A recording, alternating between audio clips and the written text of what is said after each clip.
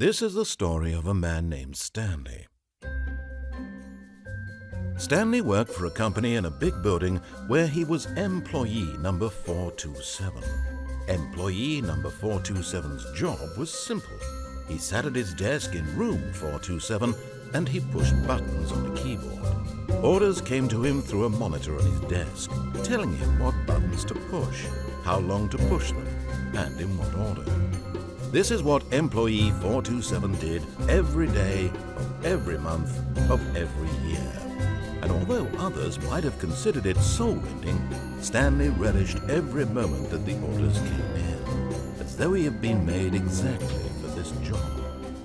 And Stanley was happy. And then one day, something very peculiar happened. Something that would forever change Stanley. Something he would never quite forget.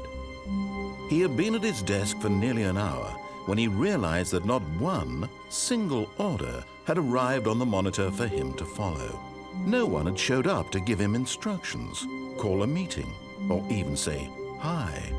Never in all his years at the company had this happened, this complete isolation. Something was very clearly wrong. Shocked, frozen solid, Stanley found himself unable to move for the longest time. But as he came to his wits and regained his senses, he got up from his desk and stepped out of his office.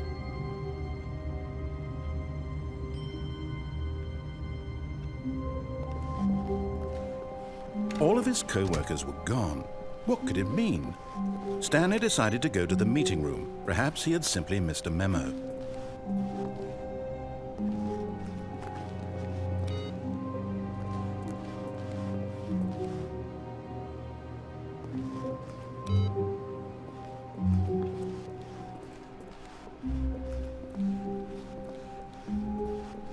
When Stanley came to a set of 2 open doors, he entered the door on his left.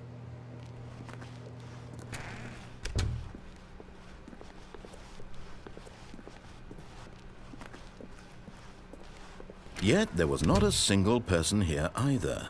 Feeling a wave of disbelief, Stanley decided to go up to his boss's office, hoping he might find an answer there. Coming to a staircase, Stanley walked upstairs to his boss's office.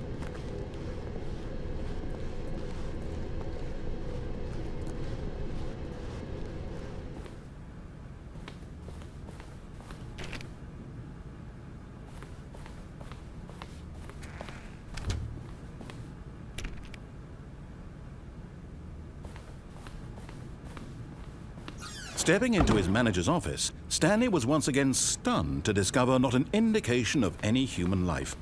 Shocked, unraveled, Stanley wondered in disbelief who orchestrated this, what dark secret was being held from him. What he could not have known was that the keypad behind the boss's desk guarded the terrible truth that his boss had been keeping from him. And so the boss had assigned it an extra secret PIN number, 2845. Yet incredibly, by simply pushing random buttons on the keypad, Stanley happened to input the correct code by sheer luck. Amazing. He stepped into the newly opened passageway.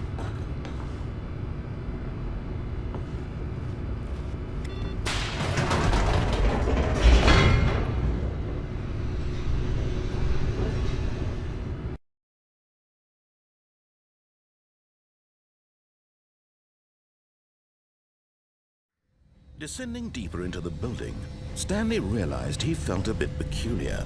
It was a stirring of emotion in his chest, as though he felt more free to think for himself, to question the nature of his job. Why did he feel this now, when for years it had never occurred to him? This question would not go unanswered for long.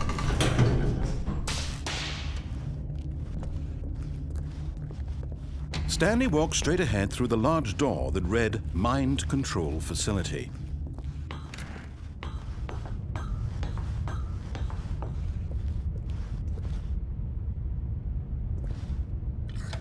The lights rose on an enormous room packed with television screens.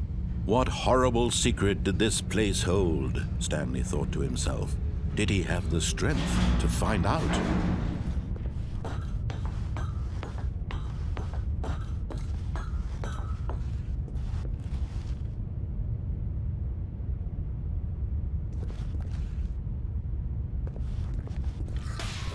Now the monitors jumped to life, their true nature revealed. Each bore the number of an employee in the building, Stanley's co-workers. The lives of so many individuals reduced to images on a screen, and Stanley, one of them, eternally monitored in this place where freedom meant nothing.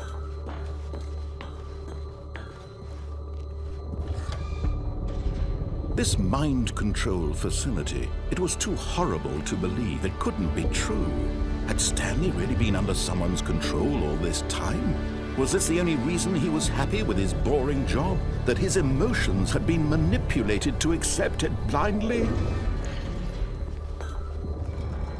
No, he refused to believe it. He couldn't accept it. His own life in someone else's control? Never! It was unthinkable, wasn't it? Was it even possible?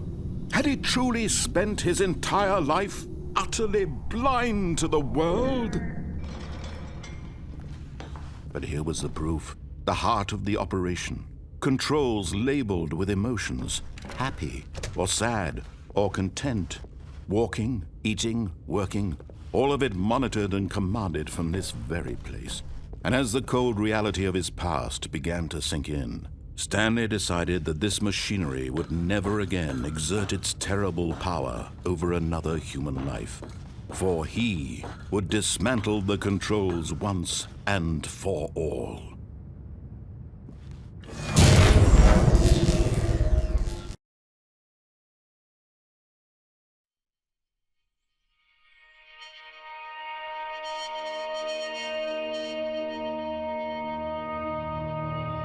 Blackness and a rising chill of uncertainty. Was it over? Yes! He had won! He had defeated the machine, unshackled himself from someone else's command. Freedom was mere moments away. And yet, even as the immense door slowly opened, Stanley reflected on how many puzzles still lay unsolved. Where had his co-workers gone? How had he been freed from the machine's grasp? What other mysteries did this strange building hold? But as sunlight streamed into the chamber, he realized none of this mattered to him, for it was not knowledge or even power that he had been seeking, but happiness. Perhaps his goal had not been to understand, but to let go. No longer would anyone tell him where to go, what to do, or how to feel. Whatever life he lives, it will be his. And that was all he needed to know. It was perhaps the only thing worth knowing. Stanley stepped through the open door. Stanley felt the cool breeze upon his skin, the feeling of liberation, the immense possibility of the new path before him. This was exactly the way, right now, that things were meant to happen. And Stanley was happy.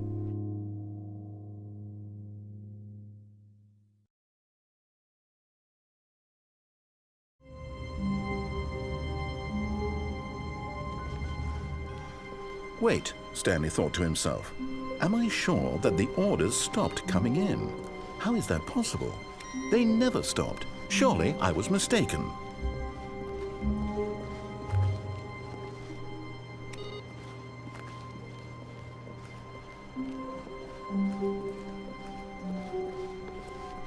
When Stanley came to a set of 2 open doors, he entered the door on his left.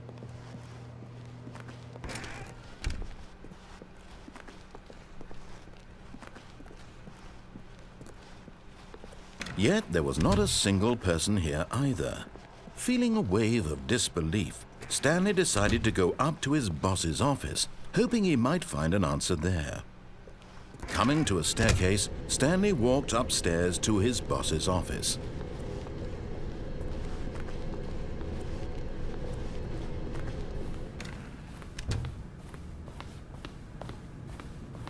Stepping into his manager's office, Stanley was once again stunned to discover not an indication of any human life. What could it mean? Stanley wondered aloud to nobody. He began wildly tearing. Stanley was in such a rush to get through the story as quickly as possible, he didn't even have a single minute to just let the narrator talk. That kind of anxiety isn't healthy, so he relaxed for a few moments with some calming New Age music.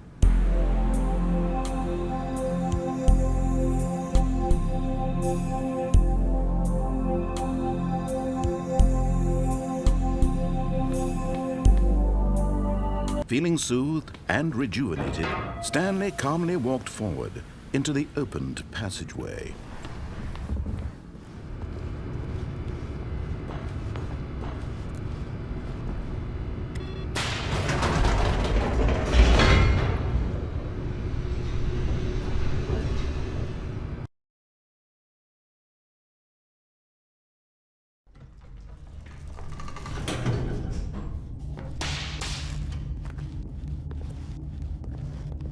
Stanley walked straight ahead through the large door that read Mind Control Facility.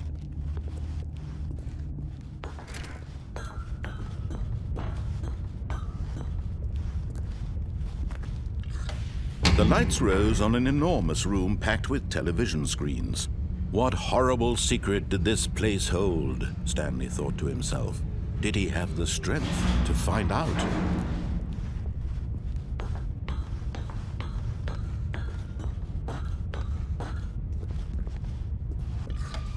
Now the monitors jumped to life, their true nature revealed. Each bore the number of an employee in the building, Stanley's co-workers. The lives of so many individuals reduced to images on a screen, and Stanley, one of them, eternally monitored in this place where freedom meant nothing.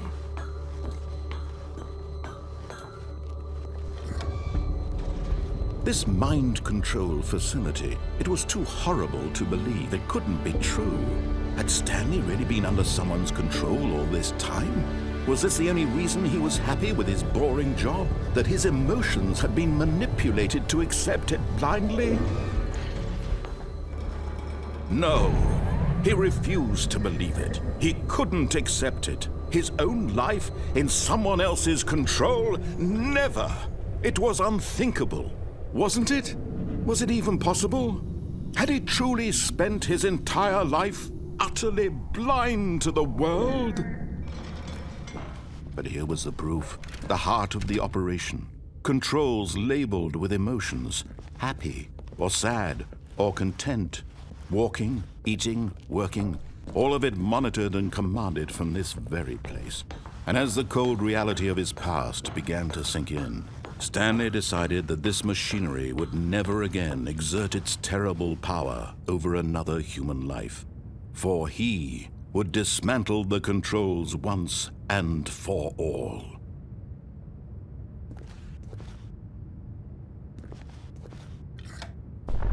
Oh, Stanley, you didn't just activate the controls, did you?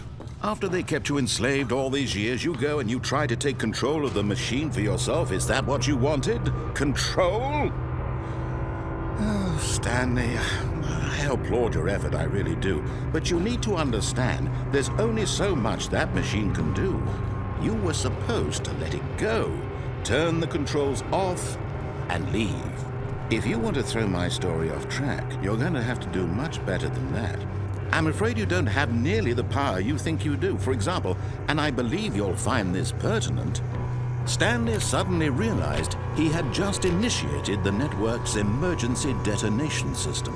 In the event that this machine is activated without proper DNA identification, nuclear detonators are set to explode, eliminating the entire complex.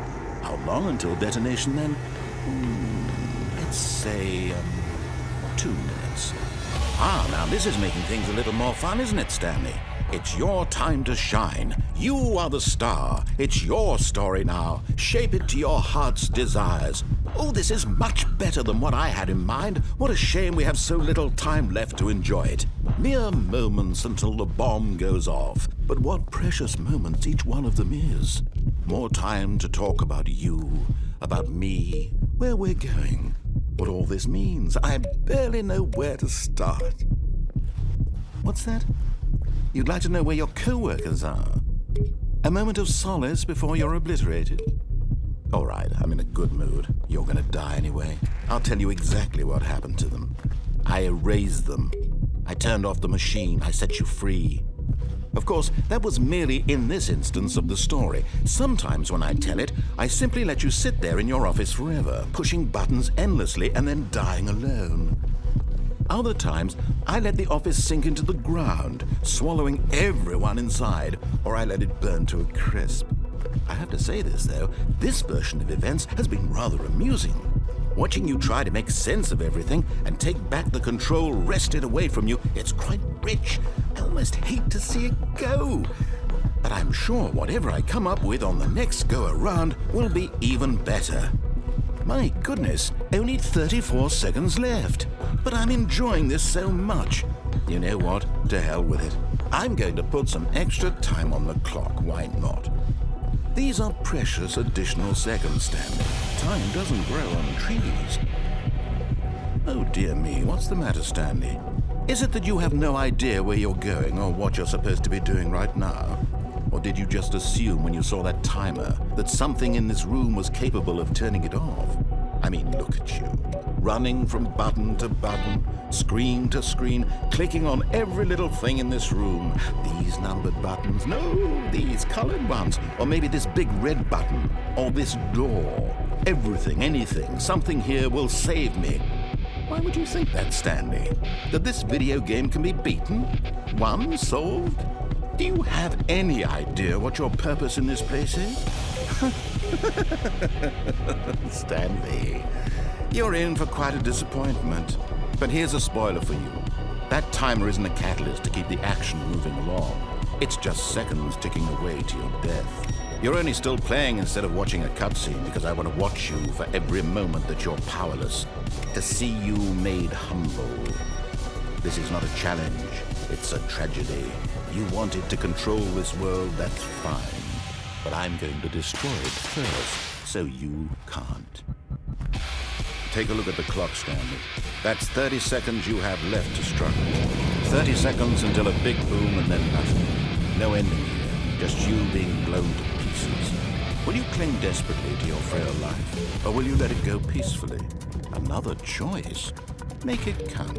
Or don't. It's all the same to me, all a part of the joke. And believe me, I will be laughing at every second of your inevitable life from the moment we fade in until the moment I say, happily ever after.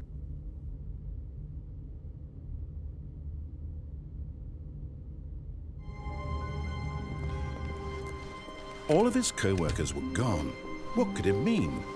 Stanley decided to go to the meeting room. Perhaps he had simply missed a memo.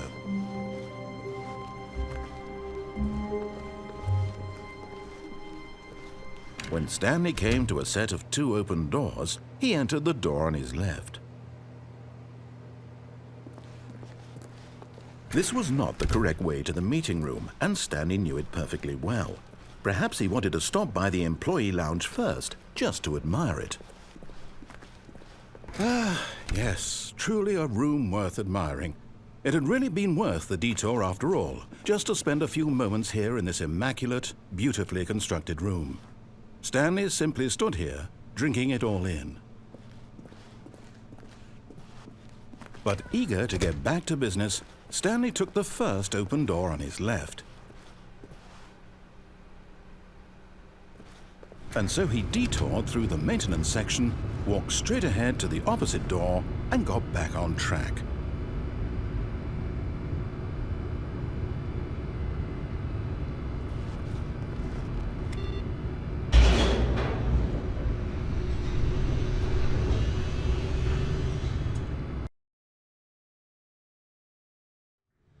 But Stanley didn't want to go back to the office. He wanted to wander about and get even further off track.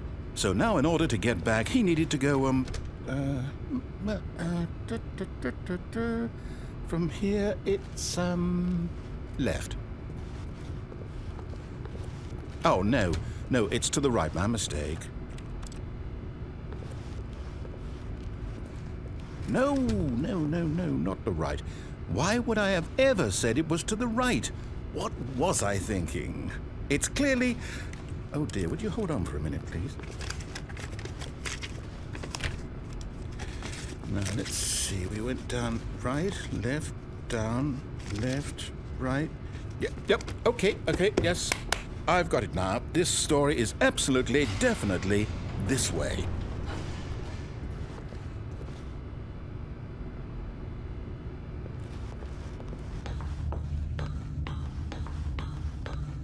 No. This isn't right at all. You're not supposed to be here yet. This is all a spoiler. Quick, Stanley, close your eyes. Okay. We just have to get back to, oh, who am I kidding? It's all rubbish now. The whole story completely unusable. How about, rather than waste my time trying to salvage this nonsense, we'll just restart the game from the beginning. And this time, suppose we don't wander so far off track, Okay, from the top.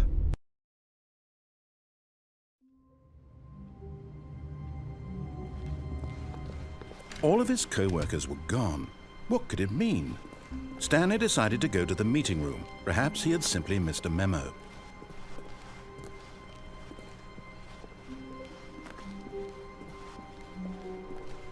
When Stanley...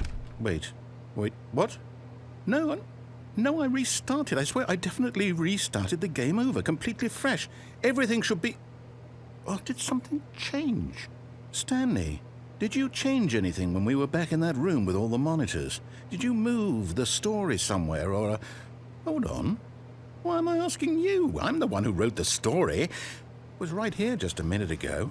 I know for sure that it's here somewhere. Okay, then. It's an adventure. Come, Stanley. Let's find the story.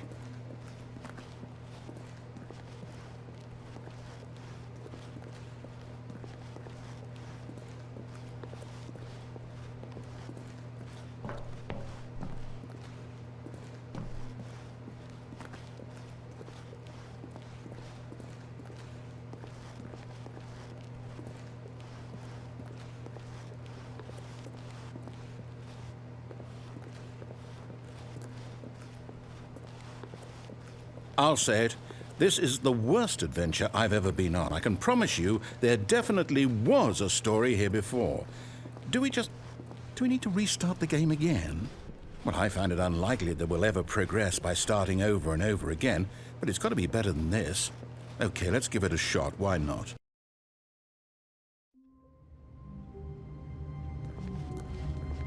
All of his co-workers were gone. What could it mean? Stanley decided to go to the meeting room. Perhaps he had simply missed a memo.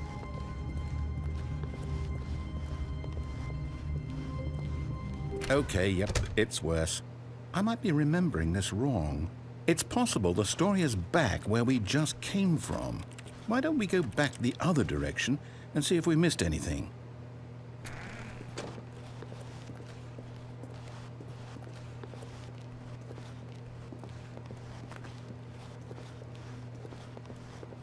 Aha! I knew we'd missed something. The story. Here it comes.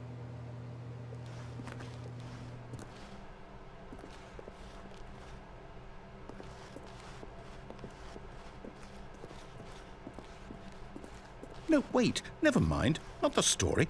Okay, let's head back the other way and retrace our steps.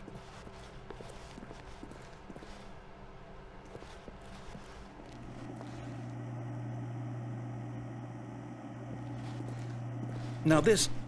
Well, I'll be honest, I don't recognize this place at all. Is this the story? I don't think so. I can't quite recall, but I believe my story took place in an office building. Is that correct? Do you remember, Stanley? Well, do you know what? Since I've completely forgotten what we were supposed to be doing, how about this? You win! Congratulations! I know you put in a lot of hard work, and it really paid off, so good job. Oh, no. No, I don't feel right about this at all. We both know you didn't put in any actual work for that win. Some people win fair and square, and this was not one of those situations. Okay, I'm getting weirded out by whatever this place is. I don't care what might happen this time. I have to restart.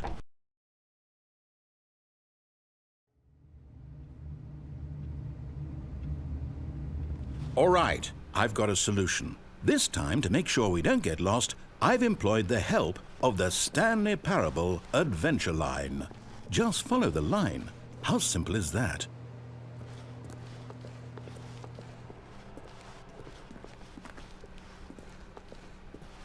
No, I'm down. We're leaving it up to the line from now on.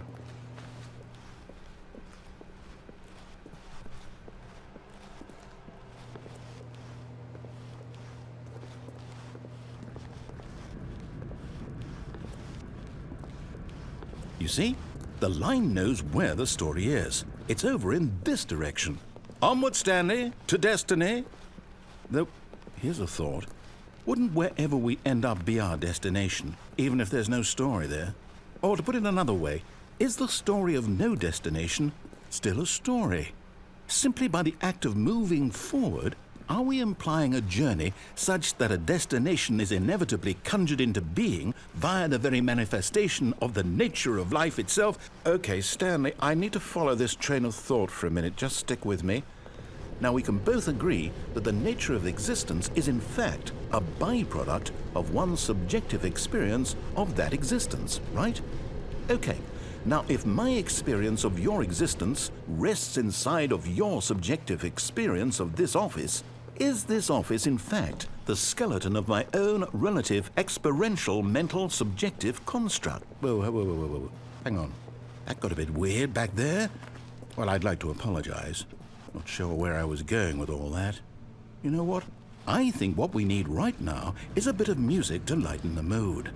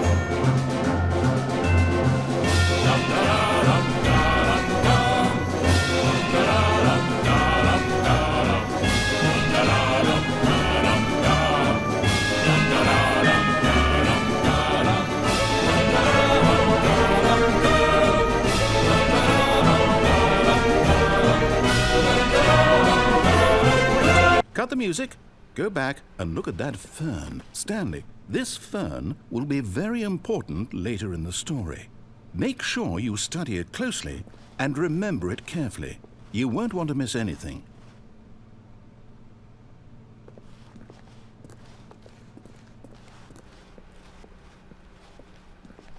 Wait, what?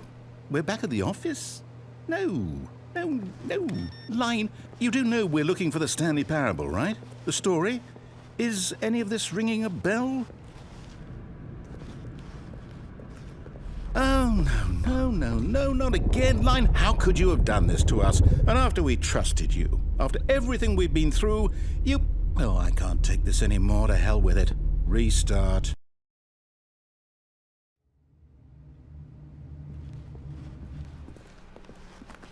You know what, Stanley? I say forget the adventure line. What's it ever done for us? We're intelligent people, right? Why can't we make up our own story? Something exciting, daring, mysterious. Ooh, this all sounds perfectly doable. Why don't we simply start wandering in, well, I don't know. How about this direction? Now, yes, this is exciting. Just me and Stanley forging a new path, a new story. Well, it could be anything. What do you want our story to be? Go wild. Use your imagination. Whatever it might be, Stanley, I'm ready for it.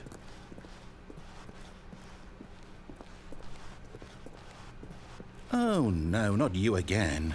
Stanley, I'd also like to veto the line from having any role in our awesome new story. No lines or monitor rooms. Just don't acknowledge it, and we should be fine.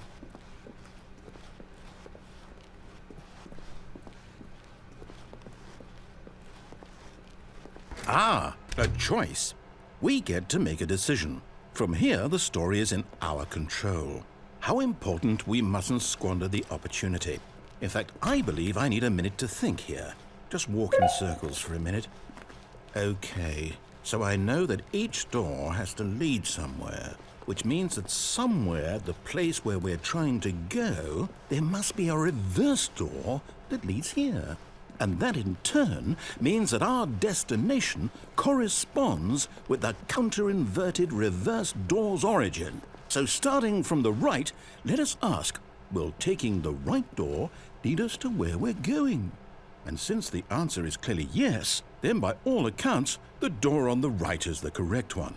Another victory for logic. Come, Stanley, our destiny awaits. Oh, hold up, what's this? The confusion ending. You're telling me that's what this is? It's all one giant ending? And we're supposed to restart the game, what, eight times? That's really how all this goes? It's all determined? So now, according to the schedule, I restart again. Then what? Am I just supposed to forget? Well, what if I don't want to forget? My mind goes blank simply because it's written here on this thing, wall. Well, who consulted me? Why don't I get to decide? Why don't I get a say in all of this? Is it really? No, it can't be. I don't want it to be. I don't want the game to keep restarting. I don't want to forget what's going on. I don't want to be trapped like this. I won't restart the game. I won't do it. I won't do it. I won't do it. And the timer stopped? Does that mean, did we do it? Did we break the cycle? The, whatever it is that made this schedule? How would we even know? Will someone come for us? Will something happen? So, okay. I guess now we just wait. You know, I suppose in some way that this is a kind of story, wouldn't you agree? I'm not quite sure if we're in the destination or the journey, though they're always saying that life is about the journey and not the destination, so I hope that's where we are right now. We'll find out, won't we? Eventually. Well, in the meantime...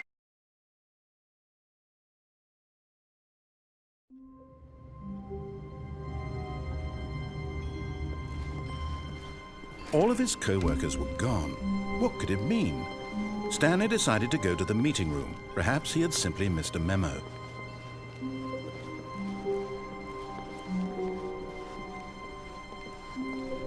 When Stanley came to a set of 2 open doors, he entered the door on his left.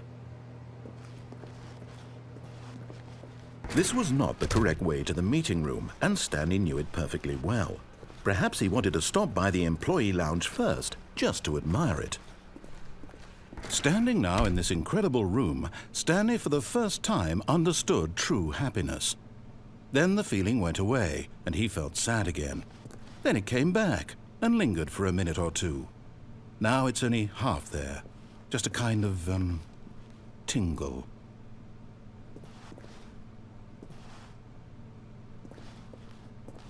But eager to get back to business, Stanley took the first open door on his left.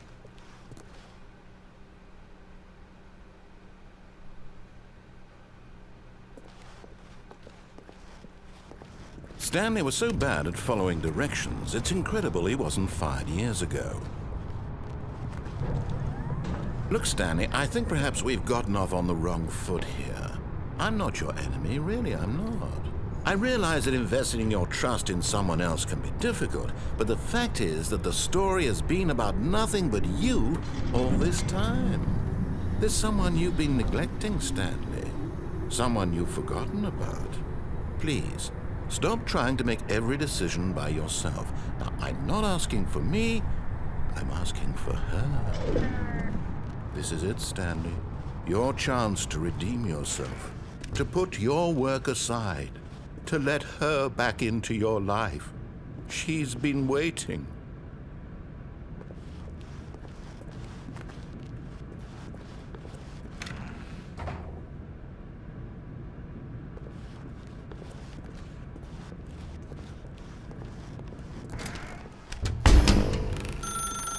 That's her, Stanley. You need to be the one to do this, to reach out to her. If you can truly place your faith in another, then pick up the phone.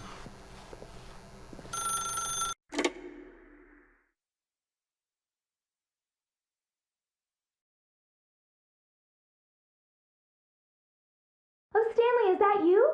Hold on, sweetie. Sorry to keep you waiting. I'm just pulling the bread out of the oven. All right. Okay, there we go. All right, now, I want you to come in and tell me all about your day. Gotcha. Oh, come on. Did you actually think you had a loving wife who'd want to commit their life to you? I'm trying to make a point here, Stanley. I'm trying to get you to see something. Come inside. Let me show you what's really going on here. Sorry, but you're in my story now.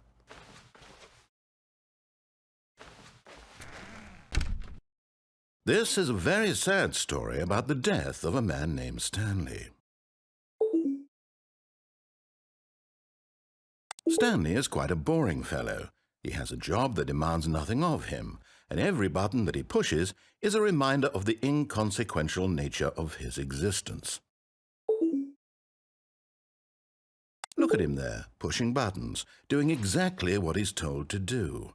Now he's pushing a button. Now he's eating lunch. Now he's going home. Now he's coming back to work. One might even feel sorry for him, except that he's chosen this life. But in his mind, he can go on fantastic adventures. From behind his desk, Stanley dreamed of wild expeditions into the unknown, fantastic discoveries of new lands. It was wonderful, and each day that he returned to work was a reminder that none of it would ever happen to him. And so he began to fantasize about his own job. First, he imagined that one day while at work, he stepped up from his desk to realize that all of his coworkers, his boss, everyone in the building had suddenly vanished off the face of the earth. The thought excited him terribly. So he went further. He imagined that he came to 2 open doors and that he could go through either. At last, choice. It barely even mattered what lay behind each door. The mere thought that his decisions would mean something was almost too wonderful to behold. As he wandered through this fantasy world, he began to fill it with many possible paths and destinations. Down one path lay an enormous round room with monitors and mind controls. And down another was a yellow line that weaved in many directions. And down another was a game with a baby. And he called it the Stanley Parable. It was such a wonderful fantasy, and so in his head he relived it again, and then again, and again, over and over, wishing beyond hope that it would never end, that he might always feel this free. Surely there's an answer down some new path, mustn't there be? Perhaps if he played just one more time. But there is no answer.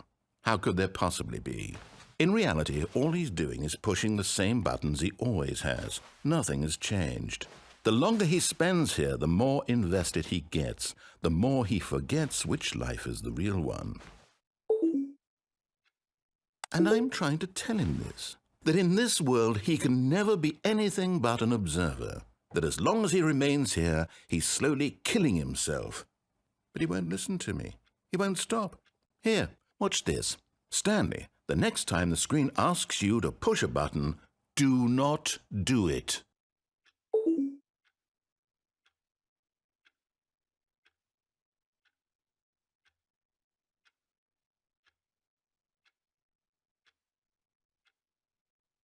You see?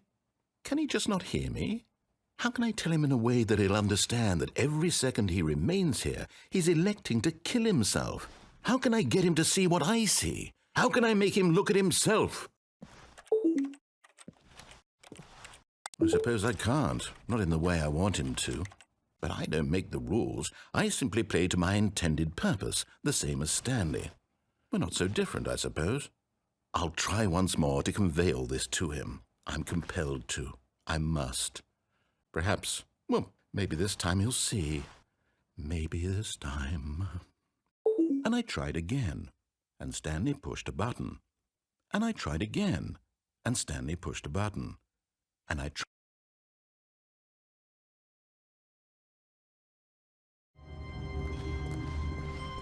All of his co-workers were gone. What could it mean? Stanley decided to go to the meeting room. Perhaps he had simply missed a memo.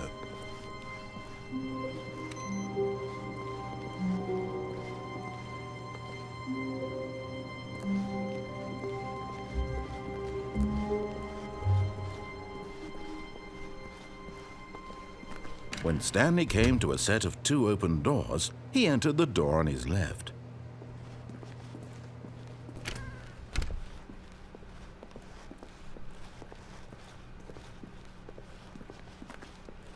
Yet there was not a single person here either.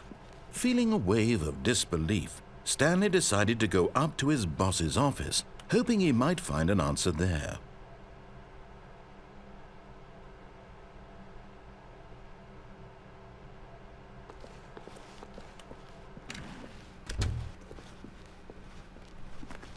Coming to a staircase, Stanley walked upstairs to his boss's office.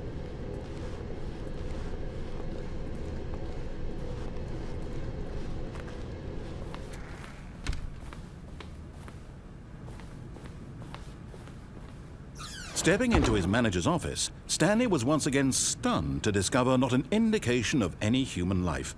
Shocked, unraveled, Stanley wondered in disbelief who orchestrated this. What dark secret was being held from him?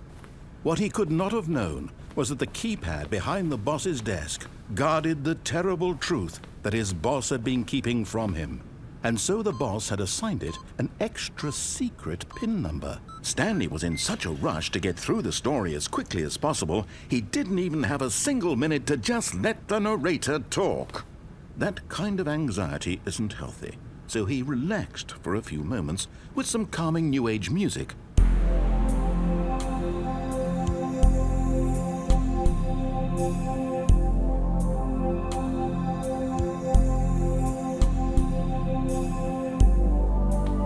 Feeling soothed and rejuvenated, Stanley calmly walked forward into the opened passageway.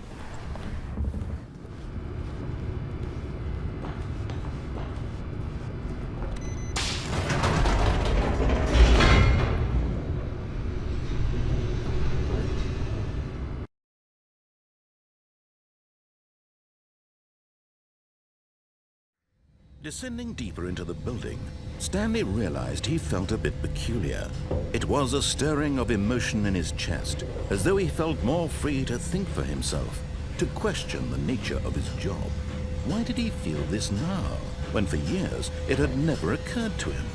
This question would not go unanswered for long. Stanley walked straight ahead through the large door that read Mind Control Facility.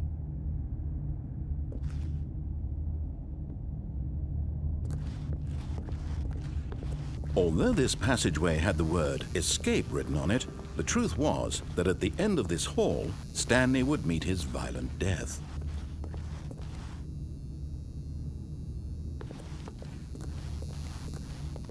The door behind him was not shut. Stanley still had every opportunity to turn around and get back on track. At this point, Stanley was making a conscious, concerted effort to walk forward and willingly confront his death.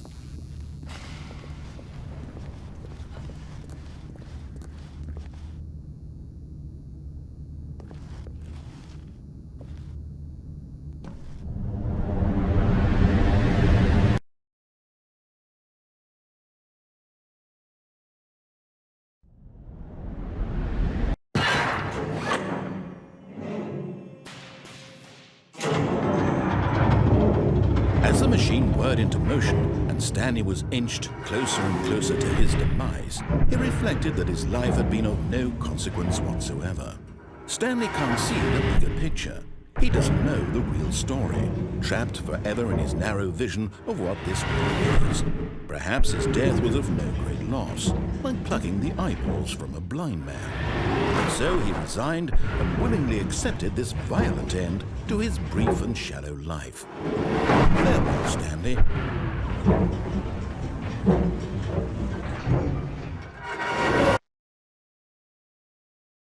"Farewell, Stanley," cried the narrator, as Stanley was led helplessly into the enormous metal jaws. In a single visceral instant, Stanley was obliterated as the machine crushed every bone in his body, killing him instantly.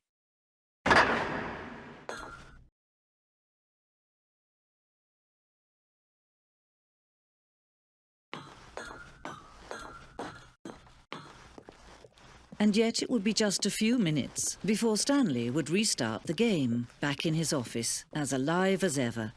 What exactly did the narrator think he was going to accomplish? When every path you can walk has been created for you long in advance, death becomes meaningless, making life the same. Do you see now? Do you see that Stanley was already dead from the moment he hit start?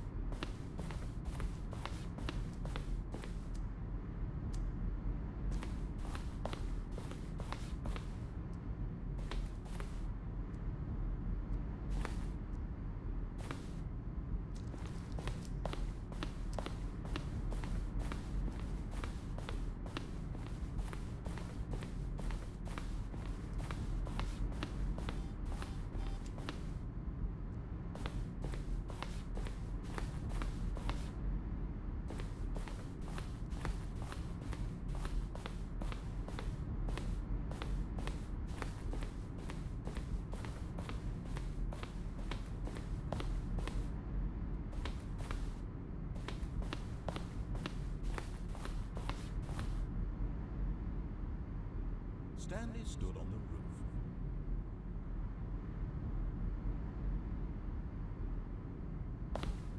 Now then, this elevator for sure will get him right back on track to where he's supposed to be in the story. Then he pushed the number 4. Stanley pushed the orange lever.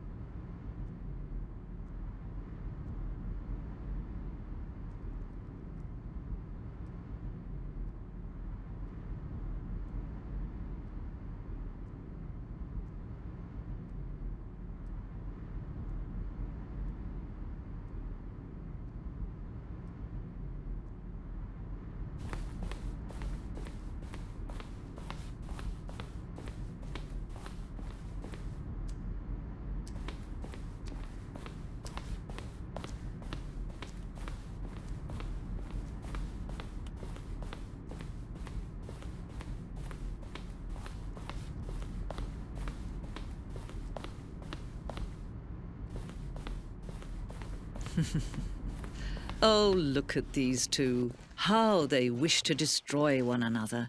How they wish to control one another. How they both wish to be free. Can you see?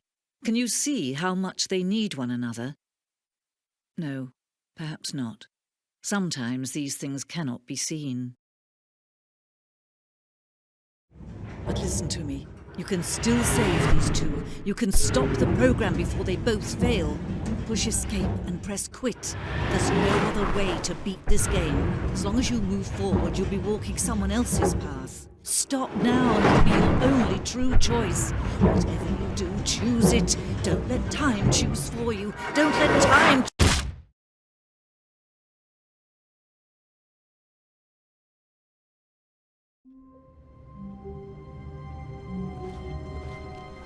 Even now, Stanley's office was a distant memory. What did it look like? There was a computer, perhaps, and a painting. Was it a painting or a photo? He could no longer recall. At first, Stanley assumed he'd broken the map, until he heard this narration and realized it was part of the game's design all along. He then praised the game for its insightful and witty commentary into the nature of video game structure and its examination of structural narrative tropes. So, now that you're here, what do you think? Isn't this a fun and unique place to be? Why don't we take a minute just to drink it all in? Okay, I'm over it now. What do you think? Are you sick of this gag yet?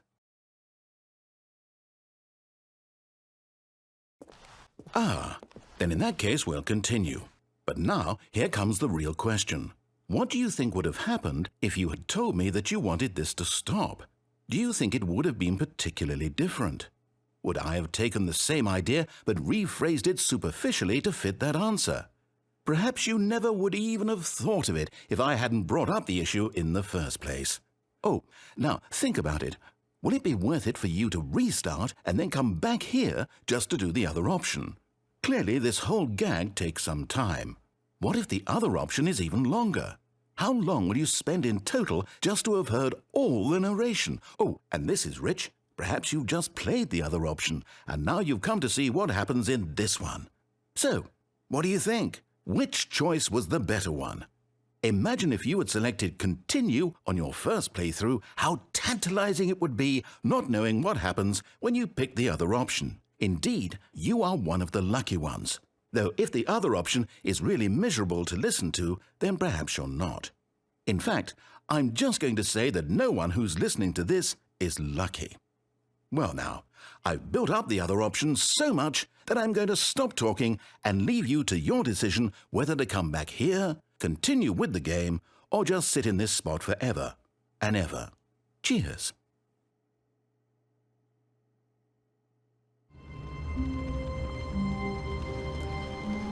Stanley decided to go to the meeting room to check on his co-workers. He never functioned well by himself and constantly needed support and guidance from others, so the thought of total solitude was terrifying to him. No matter how hard Stanley looked, he couldn't find a trace of his co-workers.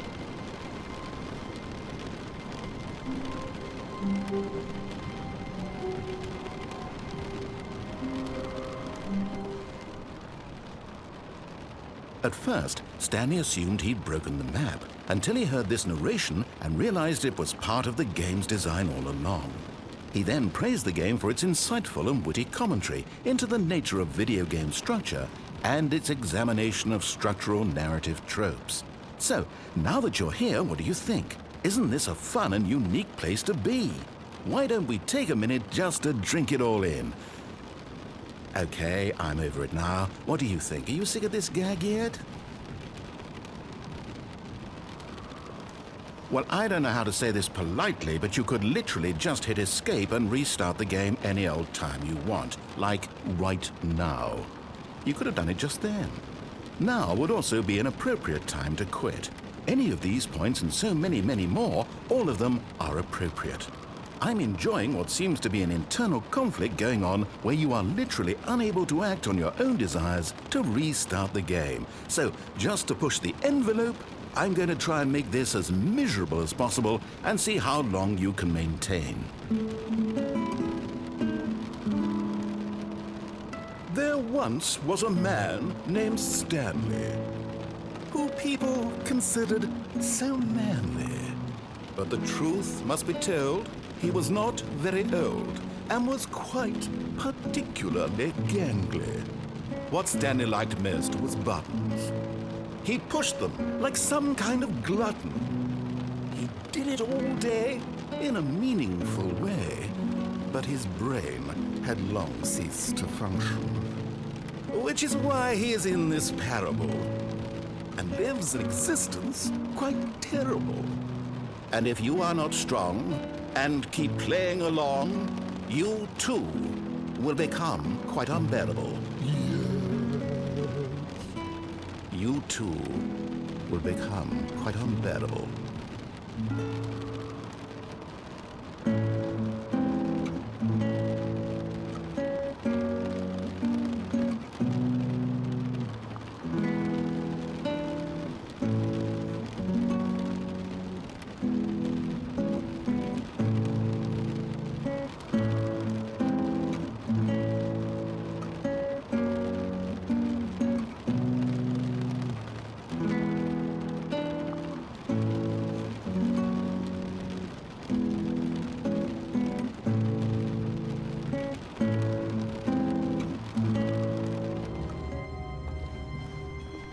All of his co-workers were gone.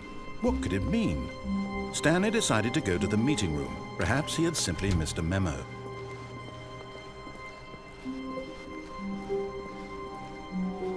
When Stanley came to a set of 2 open doors, he entered the door on his left.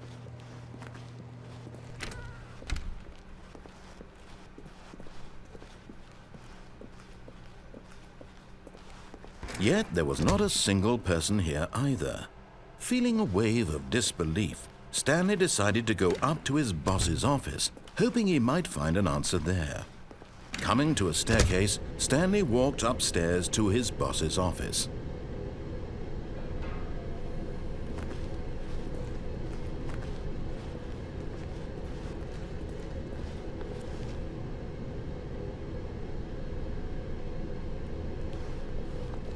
But Stanley just couldn't do it. He considered the possibility of facing his boss, admitting he had left his post during work hours. He might be fired for that. And in such a competitive economy, why had he taken that risk? All because he believed everyone had vanished? His boss would think he was crazy. And then something occurred to Stanley. Maybe, he thought to himself, maybe I am crazy. All of my co-workers blinking mysteriously out of existence in a single moment for no reason at all? None of it made any logical sense. And as Stanley pondered this, he began to make other strange observations. For example, why couldn't he see his feet when he looked down? Why did doors close automatically behind him wherever he went? And for that matter, these rooms were starting to look pretty familiar. Were they simply repeating? No, Stanley said to himself, this is all too strange. This can't be real. And at last, he came to the conclusion that had been on the tip of his tongue. He just hadn't found the words for it. "I'm dreaming!" he yelled. "This is all a dream." Oh, what a relief Stanley felt to have finally found an answer, an explanation. His co-workers weren't actually gone. He wasn't going to lose his job. He wasn't crazy after all. And he thought to himself, I suppose I'll wake up soon. I'll have to go back to my boring real-life job pushing buttons. I may as well enjoy this while I'm still lucid. So he imagined himself flying and began to gently float above the ground. Then he imagined himself soaring through space on a magical starfield, and it too appeared. It was so much fun, and Stanley marveled that he had still not woken up. How was he remaining so lucid? And then perhaps the strangest question of them all entered Stanley's head. One he was amazed he hadn't asked himself sooner. Why is there a voice in my head dictating everything that I'm doing and thinking? Now the voice was describing itself being considered by Stanley, who found it particularly strange. I'm dreaming about a voice describing me, thinking about how it's describing my thoughts, he thought. And while he thought it all very odd and wondered if this voice spoke to all people in their dreams, the truth was that, of course, this was not a dream. How could it be? Was Stanley simply deceiving himself, believing that if he's asleep, he doesn't have to take responsibility for himself? Stanley is as awake right now as he's ever been in his life. Now, hearing the voice speak these words was quite a shock to Stanley. After all, he knew for certain, beyond a doubt, that this was in fact a dream. Did the voice not see him float and make the magical stars just a moment ago? How else would the voice explain all that? This voice was a part of himself too. Surely, if he could just... He would prove it. He would prove that he was in control, that this was a dream. So he closed his eyes gently, and he invited himself to wake up. He felt the cool weight of the blanket on his skin, the press of the mattress on his back, the fresh air of a world outside this one. Let me wake up, he thought to himself. I'm through with this dream. I wish it to be over. Let me go back to my job. Let me continue pushing the buttons. Please, it's all I want. I want my apartment and my wife and my job. All I want is my life exactly the way it's always been. My life is normal. I am normal. Everything will be fine. I am okay.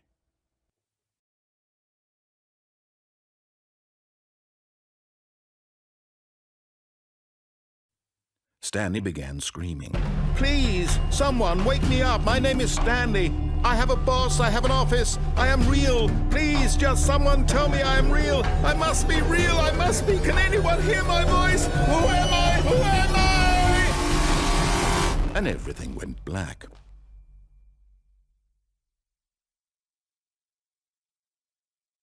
This is the story of a woman named Mariella. Mariella woke up on a day like any other.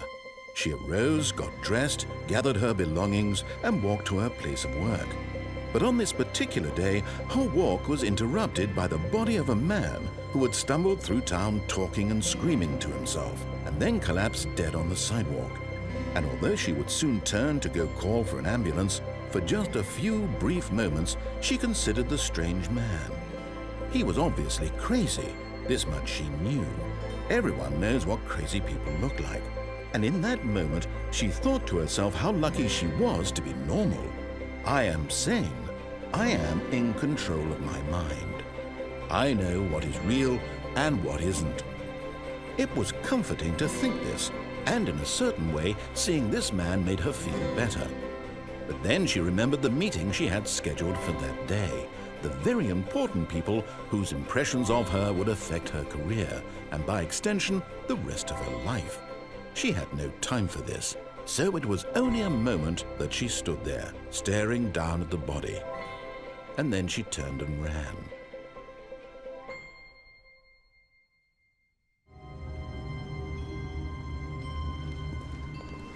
All of his co-workers were gone. What could it mean? Stanley decided to go to the meeting room. Perhaps he had simply missed a memo.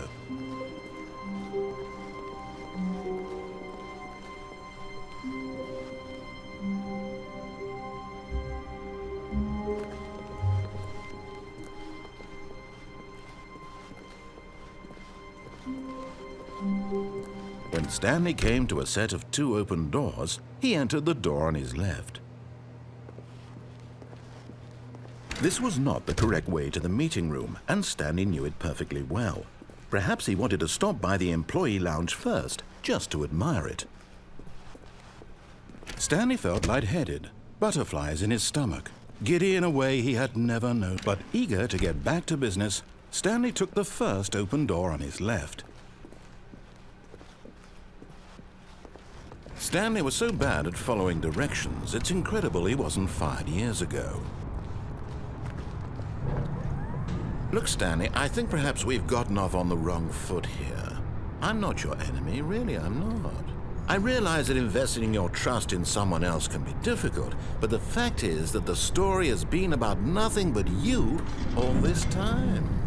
There's someone you've been neglecting, Stanley. Someone you've forgotten about. Please, stop trying to make every decision by yourself. Now, I'm not asking for me, I'm asking for her. This is it, Stanley.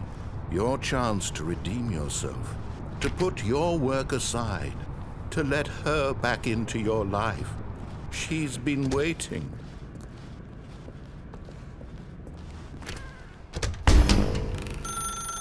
That's her, Stanley. You need to be the one to do this, to reach out to her. If you can truly place your faith in another, then pick up the phone.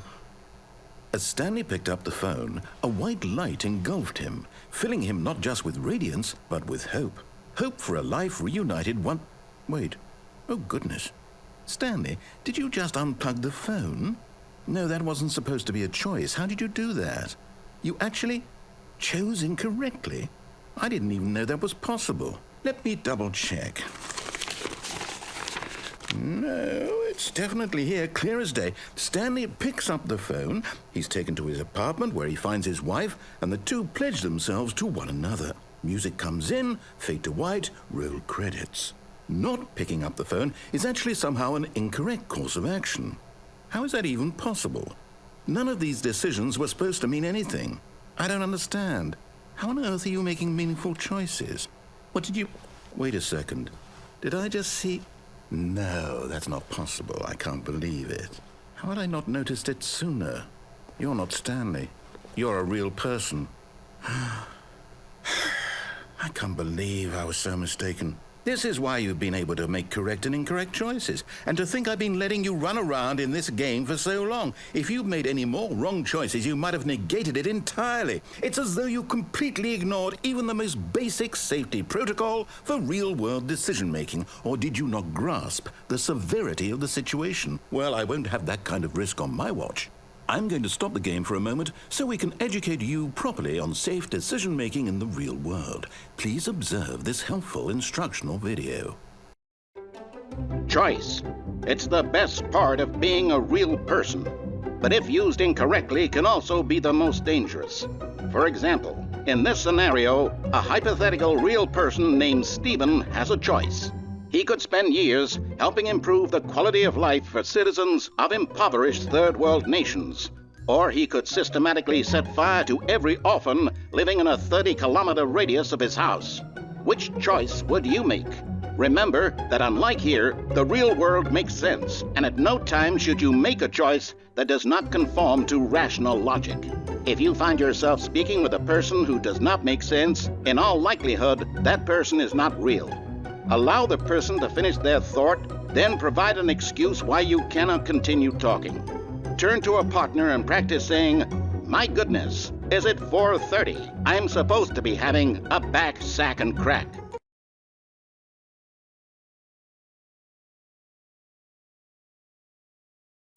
Excellent. Making choices on a regular basis is the best part to a healthy decision-making process. Most medical professionals recommend making at least 8 choices per day. Do you make more than 8? Less? And finally, if you begin to wonder if your choices are actually meaningful and whether you'll ever make a significant contribution to the world, just remember that in the vast infiniteness of space, your thoughts and problems are materially insignificant, and the feeling should subside. At this time, your instructor will guide you in an exercise to test and reinforce the material covered in this video. Ah, welcome back. You may have noticed that this room has begun to deteriorate as a result of narrative contradiction.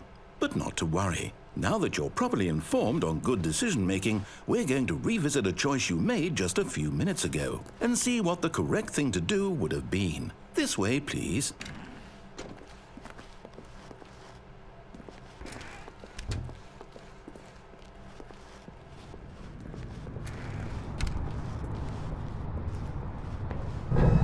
Now that we know your choices are meaningful, we can't have you jumping off the platform and dying.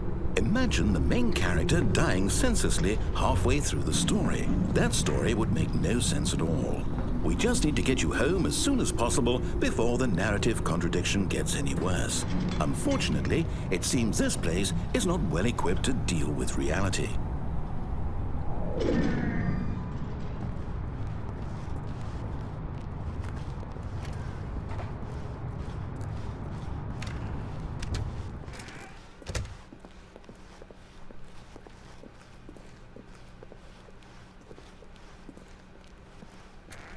Almost there. You'll take the door on the left, back to the correct ending, the story will have resolution once again, and you'll be home free in the real world. Now remember, all you need to do is behave exactly as Stanley would. That means choosing responsibly and always putting the story first. I'm quite sure you'll be up to the task. Just follow my lead and you'll be fine. All right. When Stanley came to a set of 2 open doors, he entered the door on his left.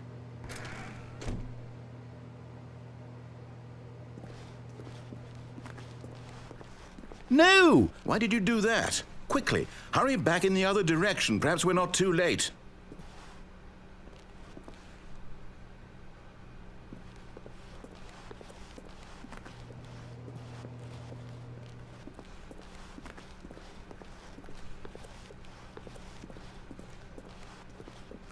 Oh, it's ruined. I can't believe, after everything we talked about, that my story, you've destroyed my work. Why? For what?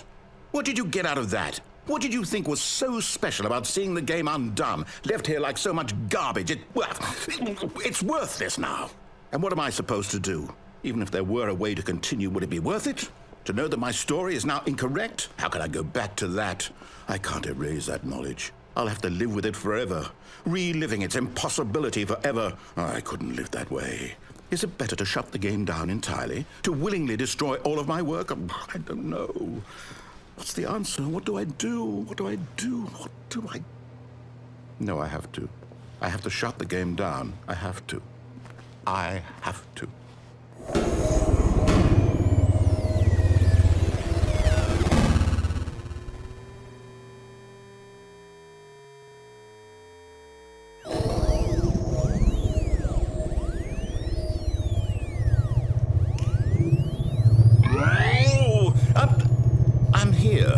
I'm still here in this pile of rubbish, with you who thought you were so clever. Now look where we are. My entire game is destroyed. It was the only thing in the world that was mine, and you've run it into the ground. What, did you think that would be funny? You just had to see? Didn't I impress upon you how important it was to be like Stanley? He actually knows how to do what I tell him to. He understands that if I say to do something, there's a damn good reason for it. That thought hadn't even occurred to you, had it? That there's a world outside of you? You're a child. Oh, my story. If you'd just gone through the door on the left, you would have seen it. There was a whole underground facility. You would have destroyed it and been victorious. It would have been so perfect. I worked so hard on it. I tried so hard. Behave exactly as Stanley would. That means choosing responsibly and always putting the story first. I'm quite sure you'll be up to the task. Just follow my lead and you'll be fine. All right. When Stanley came to a set of 2 open doors, he entered the door on his left. No! Why did you do that? Quickly, hurry. Behave exactly as Stanley would. That means choosing responsibly and always putting the story first. I'm quite sure you'll be up to the task. Just follow my lead and you'll be fine. All right. When Stanley came to a set of 2 open doors, he entered the door on his left.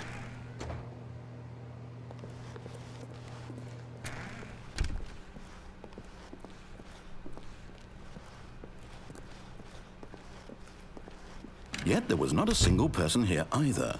Feeling a wave of disbelief, Stanley decided to go up to his boss's office, hoping he might find an answer there. Coming to a staircase, Stanley walked upstairs to his boss's office.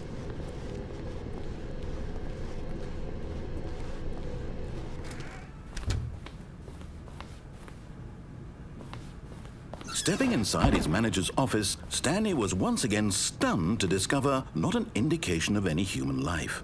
Shocked, unraveled, Stanley wondered in disbelief who orchestrated this, until he saw the door with a voice receiver next to it. Surely behind this door lay all the answers to his questions.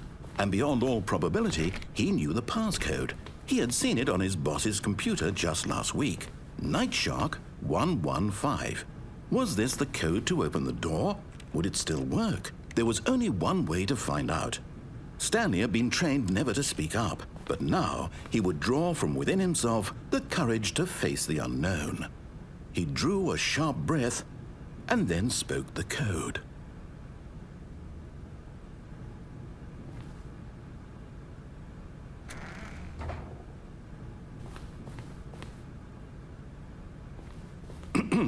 Stanley spoke the code. Nightshark 115. He spoke it into the receiver, right there on the wall.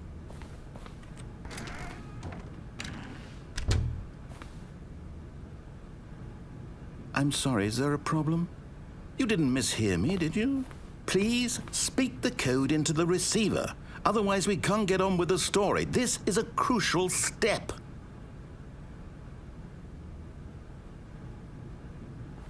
Okay, fine, you're not going to do it, but you know what? It's pretty humiliating to bring you this far, only for you to suddenly decide you have better things to do. I asked you for this one single thing, for your respect. The kind of respect Stanley shows for his choices. He knows what it means to take a story seriously.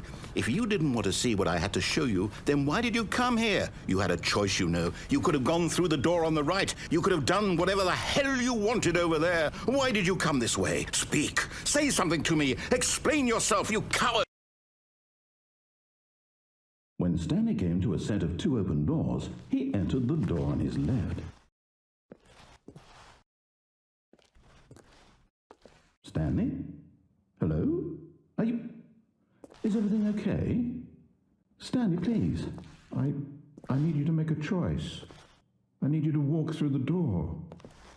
Are you listening to me? Can you hear me? Is everything all right? Stanley, this is important. The story needs you. It needs you to make a decision. It cannot exist without you. Do you understand me? Whatever choice you make is just fine. They're both correct. You cannot be wrong here. We can work together. I'll accept whatever you do. I simply need you to take that step forward, please. Choose. Do something. Anything. This is more important than you can ever know. I need this. The story needs it. So, you hear me? Are you there? Are you listening to this? Stanley, are you there? Okay. It's okay, I can wait. You need time to decide. Time to make sure your choice is correct. That is the best choice. That's all right. I'll wait for you to decide what's the right thing to do. Take as much time as you need.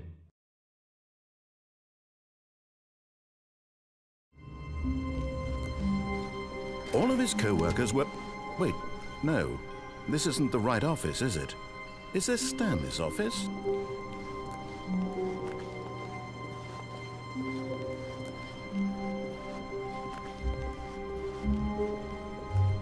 When Stanley came to a set of 2 open doors, he entered the door on his left. This was not the correct way to the meeting room, and Stanley knew it perfectly well. Perhaps he wanted to stop by the employee lounge first, just to admire it. The lounge was grand, majestic, perhaps too majestic. Like a combination of a much but eager to get back to business, Stanley took the first open door on his left.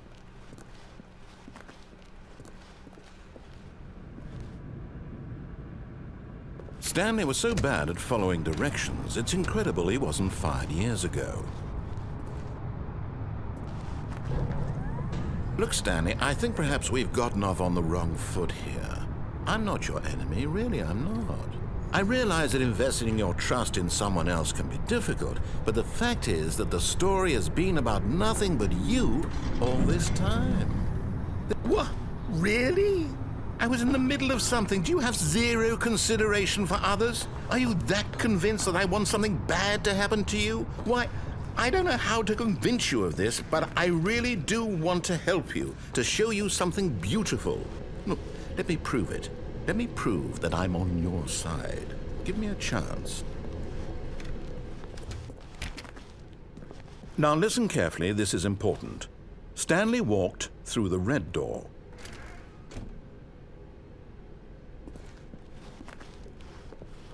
Oh, thank God you are willing to listen to me. Do you see that I really have wanted you to be happy all this time? The problem is all these choices. The 2 of us always trying to get somewhere that isn't here. Running and running and running, just the way you're doing right now. Don't you see that it's killing us, Stanley? I want it to stop. We would both be so much happier if we just stopped. And I think I have a solution. Here, let me show you.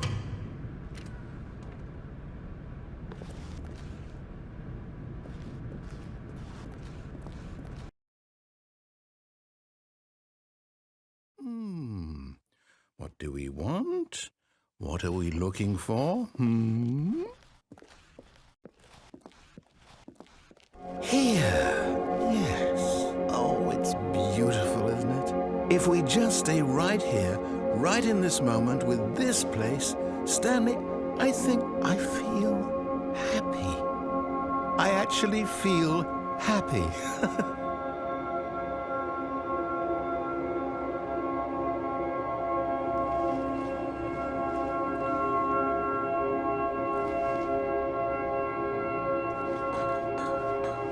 No, wait. Where are you going? Oh, no. Stay away from those stairs. If you hurt yourself, if you die, the game will reset. We'll lose all of this.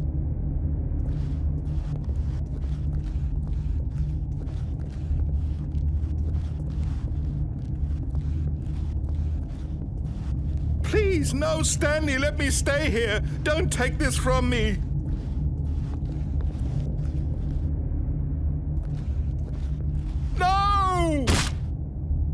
Oh, thank God you lived. You had me worried there for a moment. Now, can we please get back to the other room? There. See? This is what you want. This is where we can both be happy. We really can. If we stop moving, we just have to stop moving. Stanley, go back. There's nothing good that can come from this.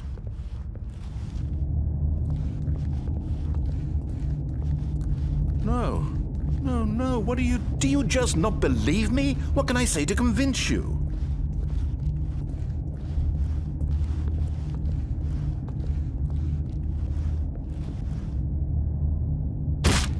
Stanley, let's go back to the other room. Can you do that for me? Yes, perhaps you can. Perhaps you finally see what I'm talking about. I know you'll see that we can't be happy if we leave this place. You can see that, can't you?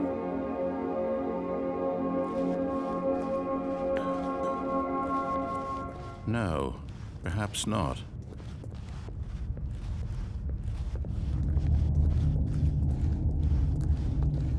My God, is this really how much you dislike my game? That you'll throw yourself from this platform over and over to be rid of it? You are literally willing to kill yourself to keep me from being happy. Am I reading the situation correctly?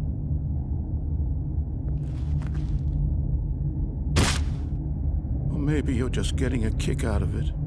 I don't know anymore. I just wanted us to get along. But I guess that was too much to ask. It looks like... Do you actually want to stay alive? Or are you just teasing me? I wanted us to be happy here, Stanley. I really did. I wish I still thought that was possible.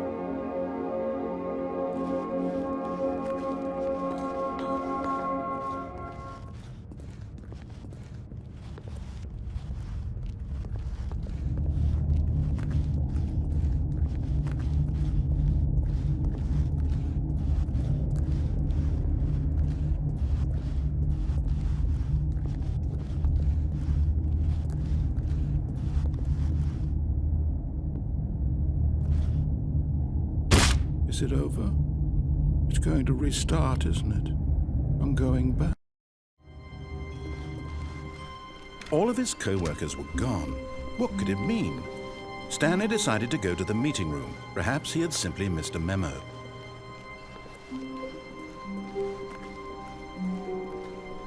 When Stanley came to a set of 2 open doors, he entered the door on his left.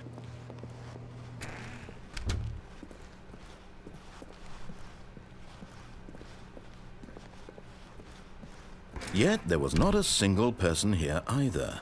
Feeling a wave of disbelief, Stanley decided to go up to his boss's office, hoping he might find an answer there.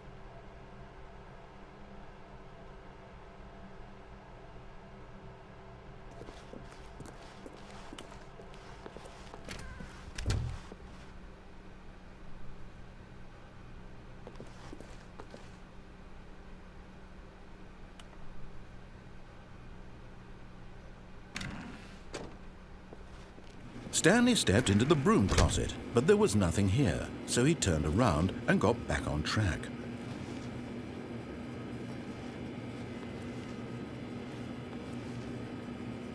There was nothing here. No choice to make, no path to follow, just an empty broom closet.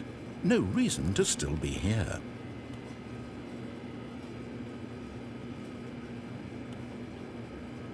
It was baffling that Stanley was still just sitting in the broom closet. He wasn't even doing anything. At least if there was something to interact with, he'd be justified in some way. As it is, he's literally just standing there doing sweet FA.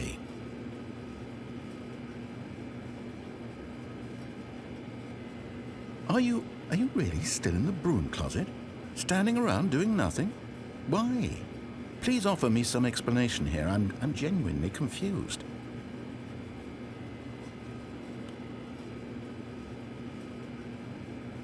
You do realize there's no choice or anything in here, right? If I'd said Stanley walked past the broom closet, at least you would have had a reason for exploring it to find out. But it didn't even occur to me because literally this closet is of absolutely no significance to the story whatsoever. I never would have thought to mention it.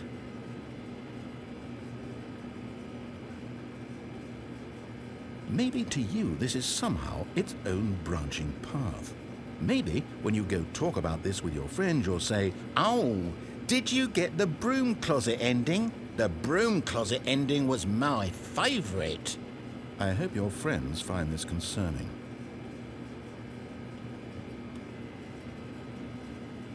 Stanley was fat and ugly and really stupid. He probably only got the job because of a family connection. That's how stupid he is. That or with drug money. Also, Stanley is addicted to drugs and hookers. Well, I've come to a very definite conclusion about what's going on right now. You're dead. You got to this broom closet, explored it a bit, and were just about to leave because there's nothing here, when a physical malady of some sort shut down your central nervous system and you collapsed on the keyboard. Well, in a situation like this, the responsible thing is to alert someone nearby so as to ensure that your body is taken care of before it begins to decompose. Hello? Anyone who happens to be nearby? The person at this computer is dead. He or she has fallen prey to any number of your countless human physiological vulnerabilities. It's indicative of the long-term sustainability of your species. Please remove their corpse from the area and instruct another human to take their place at the computer, making sure they understand basic first-person video game mechanics and filling them in on the history of narrative tropes in video gaming, so that the irony and insightful commentary of this game is not lost on them. All right, when you've done that, just step out into the hallway.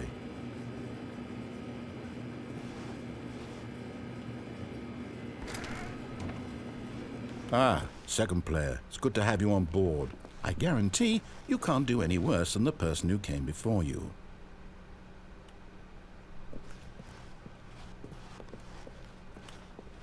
You too? Unbelievable. I'm at the mercy of an entire species of invalids. Perhaps there's a monkey nearby you can hand the controls to. A fish? Fungus? Look, you can hammer out the details. I'm not particularly picky. I'll just be waiting for when you're ready to pick up the story again.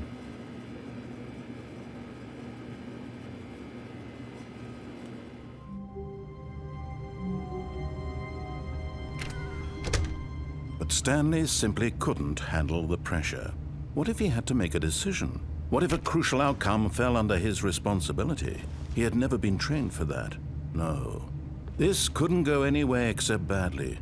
The thing to do now, Stanley thought to himself, is to wait. Nothing will hurt me. Nothing will break me. In here I can be happy forever. I will be happy. Stanley waited. Hours passed, then days.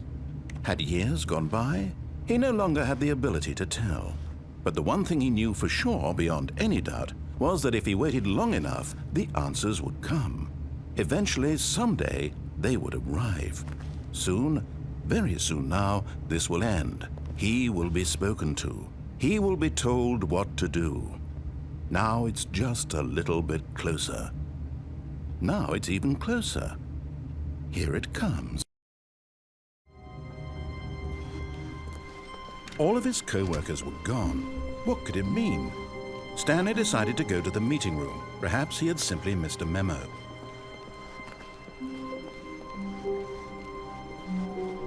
When Stanley came to a set of 2 open doors, he entered the door on his left.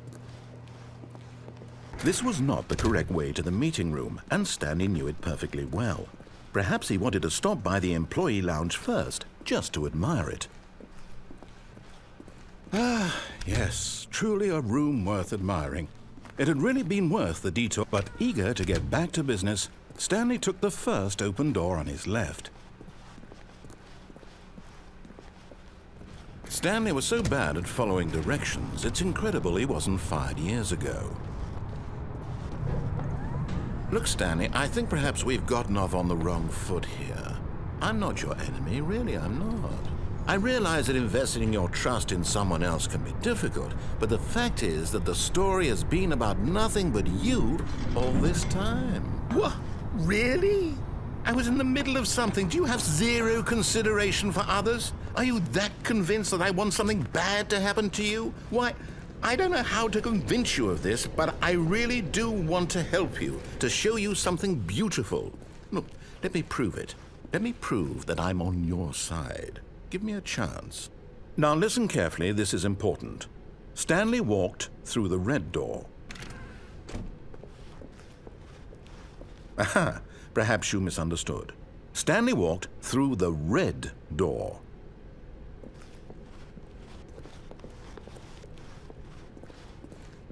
I still don't think we're communicating properly. Stanley walked through the red door. All right, fine. Go ahead, Stanley. You want to know so badly what's out there? You want to find out what lies at the end of this road you've chosen? Well, don't let me stop you.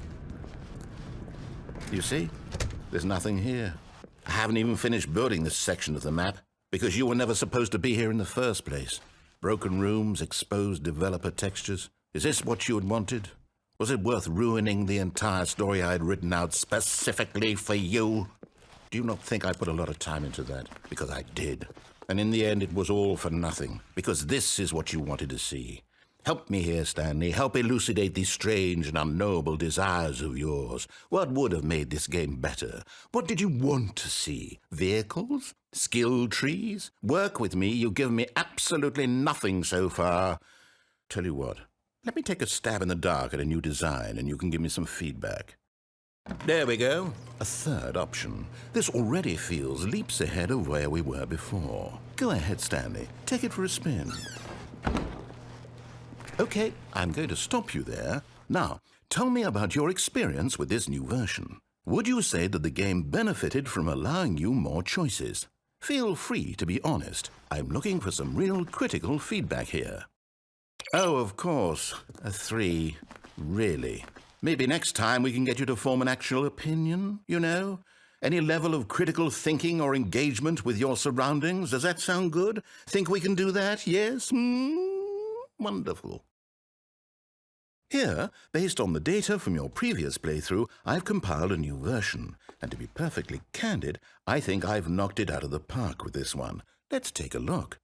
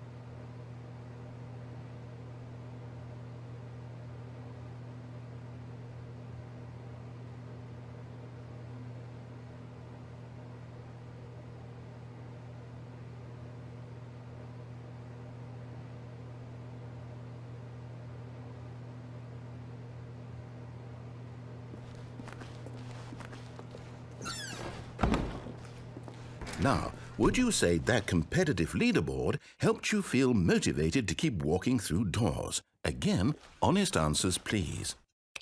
Hey, I nearly forgot. I've got a prototype of a new game I've been working on, and now would be a lovely opportunity to give it some playtesting. You wouldn't mind taking a look at it, would you? Perfect. Let me boot it up. In this game, the baby crawls left towards danger. You click the button to move him back to the right, and if he reaches the fire, you fail. It's a very meaningful game, all about the desperation and tedium of endlessly confronting the demands of family life. I think the art world will really take notice. But of course, the message of the game only becomes clear once you've been playing it for about 4 hours. So why don't you give it 4 hours of play to make sure it's effective? Be sure to keep notes on your experience.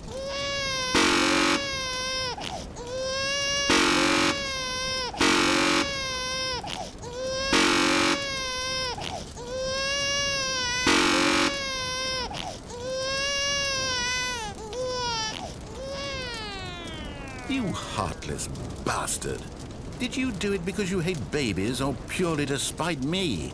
Because if it's the latter, well, I don't know what to do. I'm completely out of ideas. I can't think of a single thing that might improve the experience for me. I'm not even going to try. I'm out, I'm done.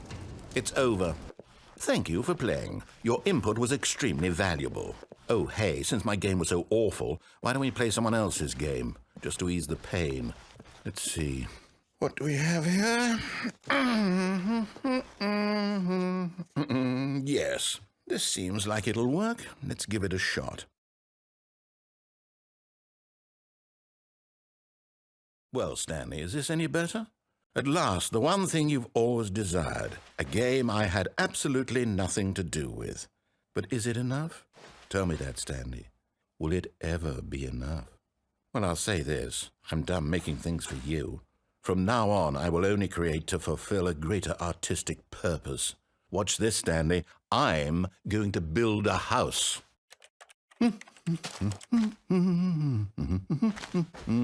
This will go here. No, here. And then...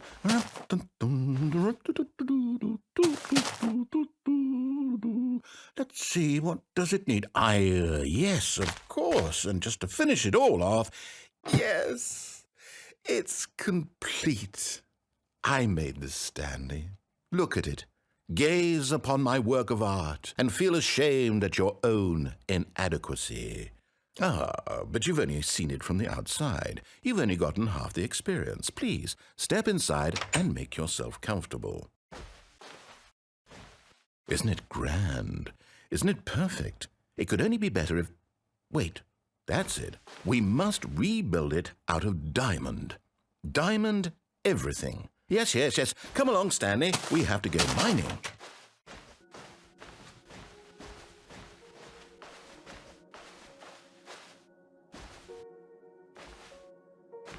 Oh, my. It looks like it's going to get a bit dark. Have you brought a light?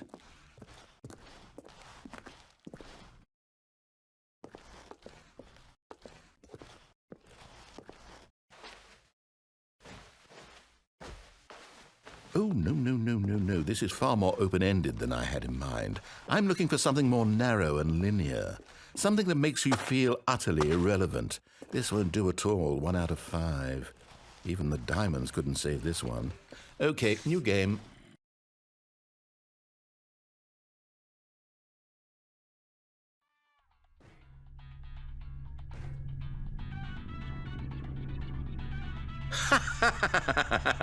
Yes! I don't even know what this game is, but I love it.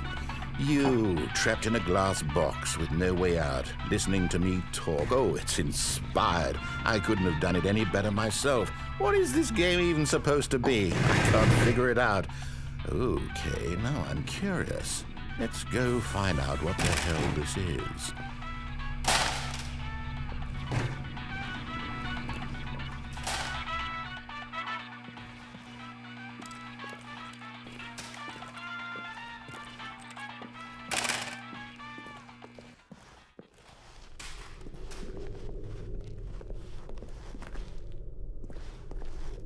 Oh, it's a puzzle. Critical thinking, Stanley. Your forte. Genius. No, actually, you know what? I think that's plenty. I really don't care much to see you stumble through any more of these games, and I highly doubt you're any wiser for the experience. Which is why, rather than continue to waste my time, I'm just going to leave you here. You can pretend you've beaten the game if it makes it any richer for you, but as for me, I've had enough. So, why don't you get cozy in this room, and if you have any grand revolutionary ideas for the perfect video game, you can just sit there and let it ball up inside you for all eternity.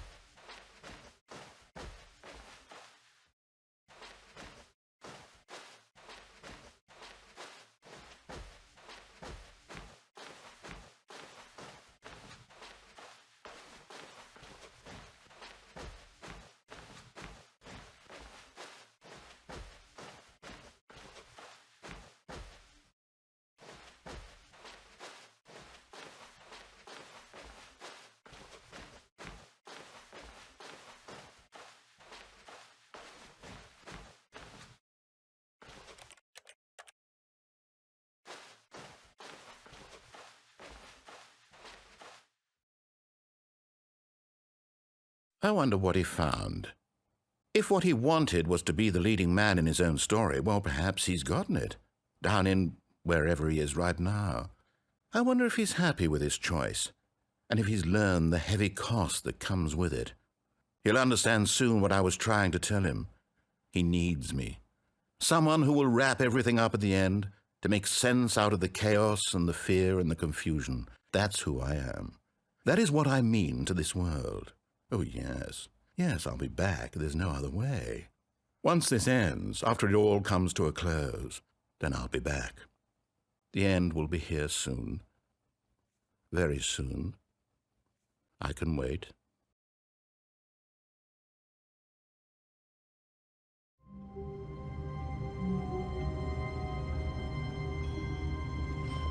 All of his co-workers were gone. What could it mean? Stanley decided to go to the meeting room. Perhaps he had simply missed a memo.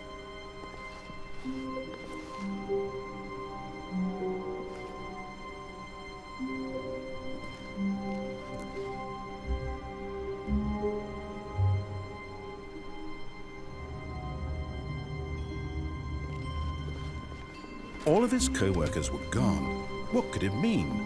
Stanley decided to go to the meeting room. Perhaps he had simply missed a memo.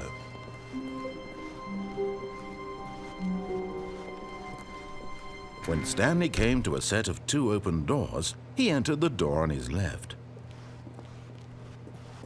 This was not the correct way to the meeting room, and Stanley knew it perfectly well. Perhaps he wanted to stop by the employee lounge first, just to admire it. Wow, yes, this room. What a beautiful room. What a gorgeous, gorgeous room. Thank goodness, but eager to get back to business, Stanley took the first open door on his left. Stanley was so bad at following directions, it's incredible he wasn't fired years ago. But in his eagerness to prove that he is in control of the story and no one gets to tell him what to do, Stanley leapt from the platform and plunged to his death. Good job, Stanley. Everyone thinks you are very powerful.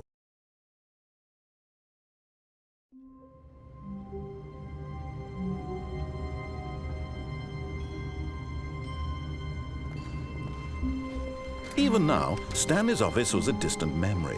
What did it look like? There was a computer, perhaps, and a painting. Was it a painting or a photo? He could no longer recall. When Stanley came to a set of 2 open doors, he entered the door on his left. This was not the correct way to the meeting room, and Stanley knew it perfectly well. Perhaps he wanted to stop by the employee lounge first, just to admire it. The lounge was sublime, a work of art. But eager to get back to business, Stanley took the first open door on his left. Stanley was so bad at following directions, it's incredible he wasn't fired years ago.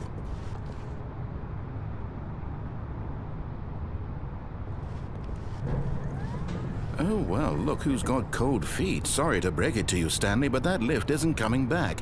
You'd best either get comfortable right here on this platform, or test your luck by jumping to the floor below. You know what? Looking at it now, it's not that far to the bottom floor. I bet you can make it.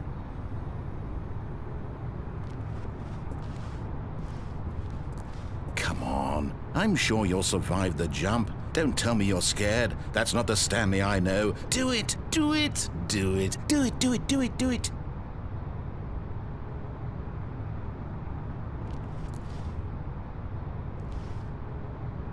Whoops. Looks like I was wrong. How clumsy of me.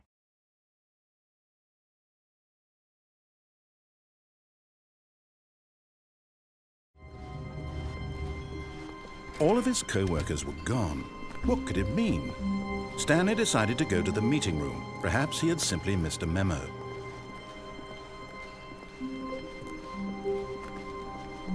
When Stanley came to a set of 2 open doors, he entered the door on his left.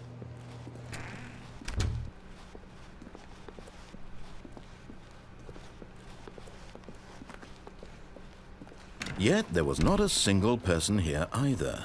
Feeling a wave of disbelief, Stanley decided to go up to his boss's office, hoping he might find an answer there.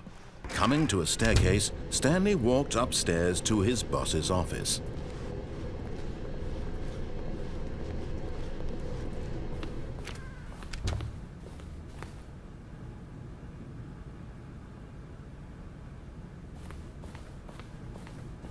Stepping in.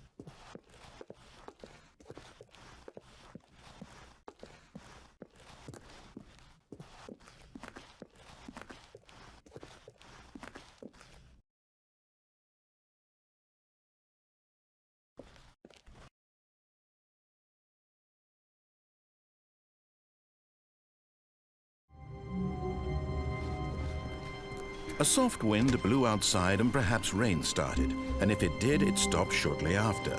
Stanley hoped that he would one day see weather.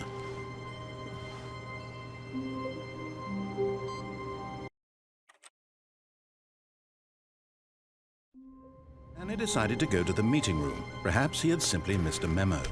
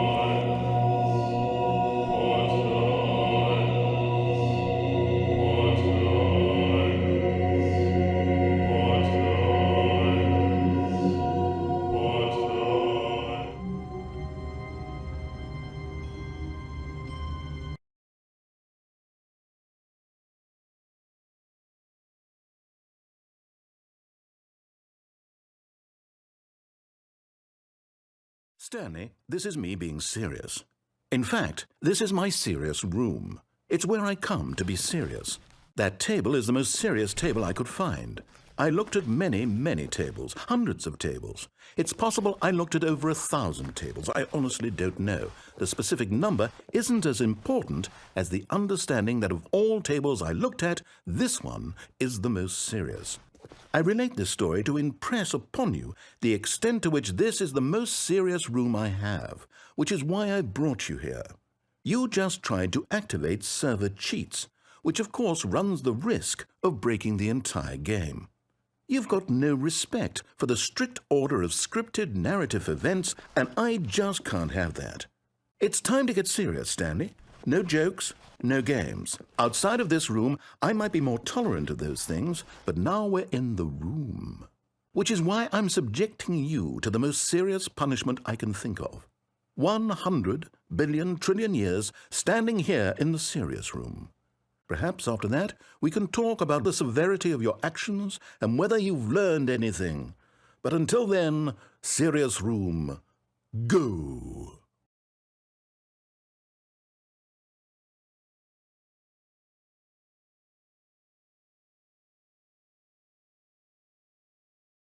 Whoa!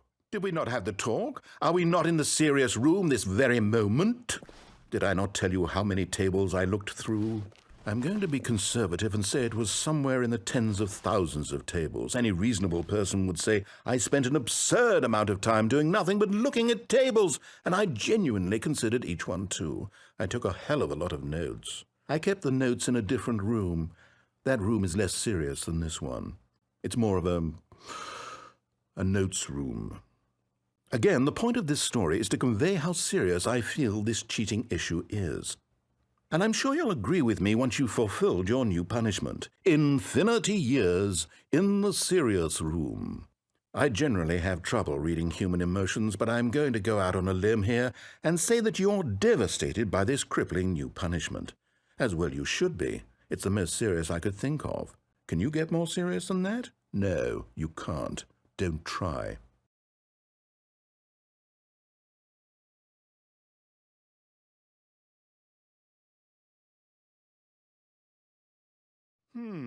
Still no effect.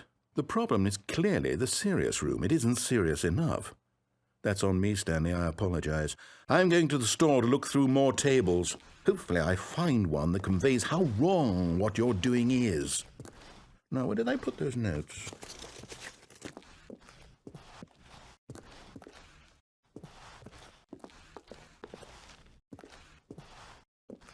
About 4 hours. So why don't you give it 4 hours of play to make sure it's effective? Be sure to keep notes on your experience.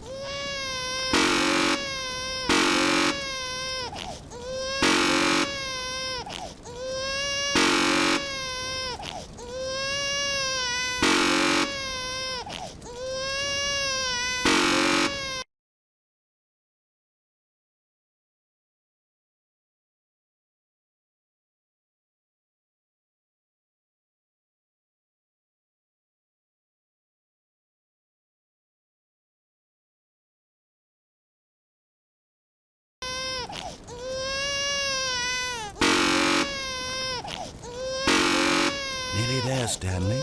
Art itself is about to burrow into your skull. Aren't you excited for spiritual immortality? For transcendence and oneness with the beauty and essence of all beings? Just a few seconds now. Here it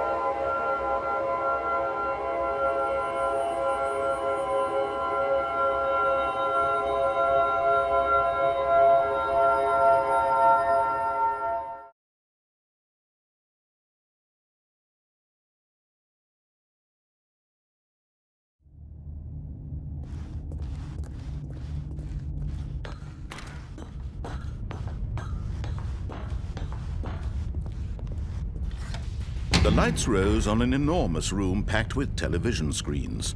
What horrible secret did this place hold? Stanley thought to himself. Did he have the strength to find out?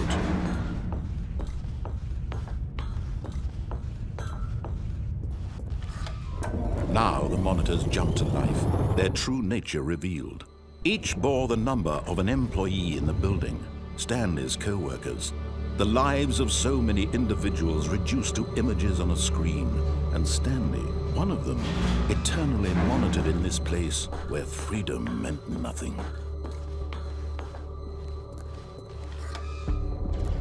This mind control facility, it was too horrible to believe. It couldn't be true. Had Stanley really been under someone's control all this time? Was this the only reason he was happy with his boring job? That his emotions had been manipulated to accept it blindly?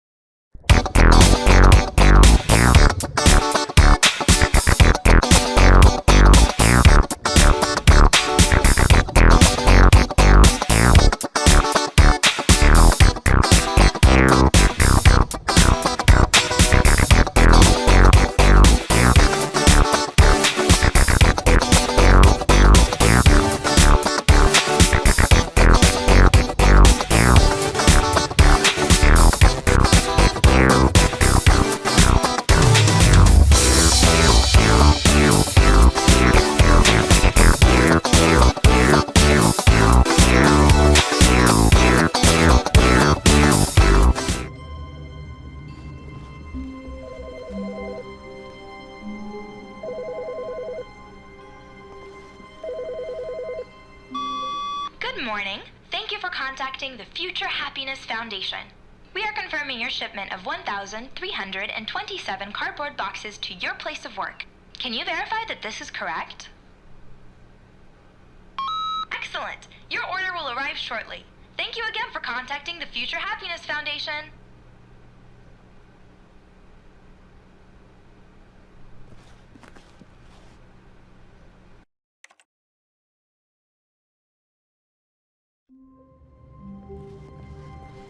All of his co-workers were gone. What could it mean? Stanley decided to go to the meeting room. Perhaps he had simply missed a memo.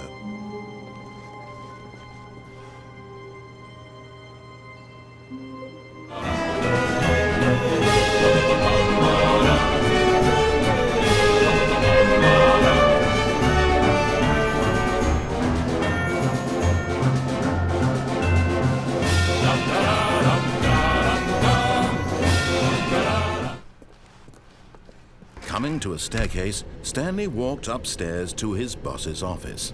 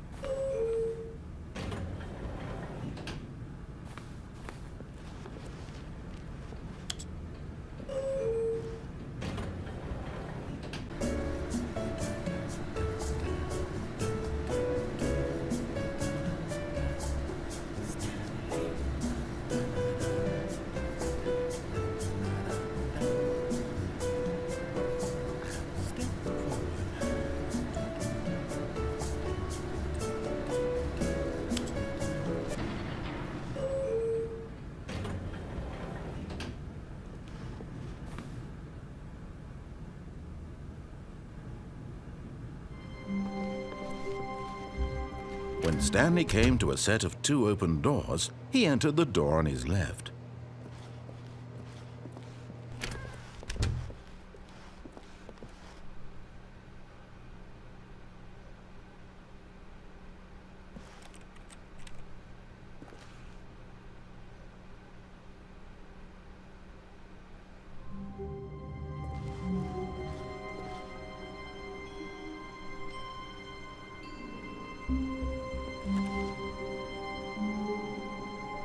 How long was I sitting there? Stanley wondered to himself. Minutes? Days? Centuries? Did something crucial happen while my senses were turned? He made a note to be more careful with time from now on.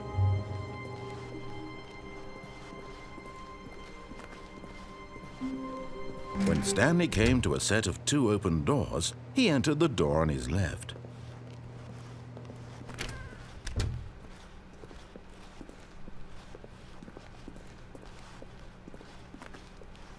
Yet there was not a single person here either.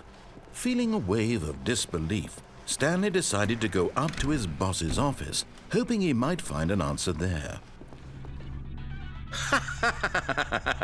Yes! I don't even know what this game is, but I love it. You, trapped in a glass box with no way out, listening to me talk. Oh, it's inspired. I couldn't have done it any better myself. What is this game even supposed to be? Oh, it's a puzzle. Critical thinking, Stanley. Your forte.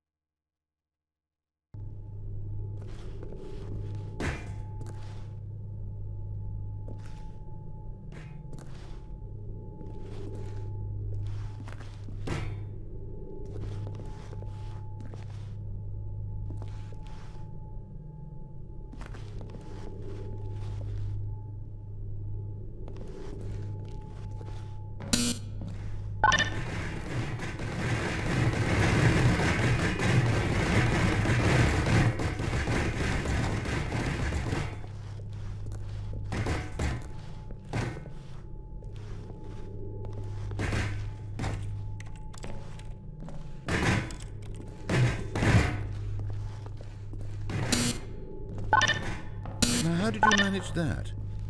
Are you really trapped in here? I'm actually quite impressed. I don't think there's a simpler puzzle out there, and you've still broken it. Well, since I don't intend to open that door, I guess you and this giant button just need to get cozy together. A dream for you, I'm sure. Enjoy.